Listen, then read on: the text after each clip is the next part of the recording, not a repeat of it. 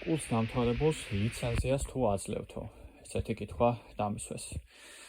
მოკლედ, კი, გავცემთ ლიცენზიას. და ამ ლიცენზიას უბრალოდ უფრო მეტად ქვია სერტიფიკატი, როგორც ეგეთი.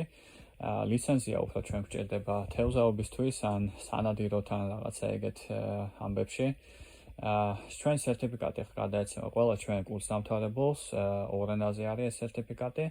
და უფრო მეტად სჭირდებათ ხოლმე, ვინც ხა უცხოეთში მიდის და აპირებს კომერციულ კლუბებში დაკვას, ხო? აი, კარიერის გაგრძელებას. ესეთი კლუბები შეიძლება იყოს არამედ დუბაიში, ან შრი-ლანკაზე, ან ბალიზე სიტყვაზე, ხო?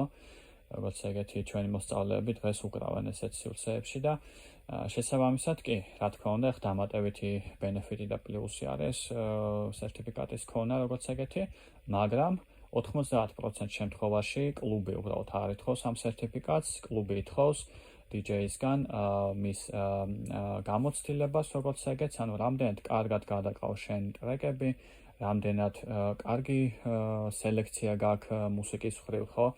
და ასე ვთქვათ, როგორ შეგიძლია განწყობა შექმნა dance-floor-ზე და ასე შემდეგ, არის პატარა-პატარა ფაქტორები, რომელიც შენ გაგაპირობებს როგორც კარგ DJ-ს და კარგ მუსიკოს. და რა თქმა უნდა, ამ ყველაფერს პირველ რიგში აქცევენ ყურადღებას.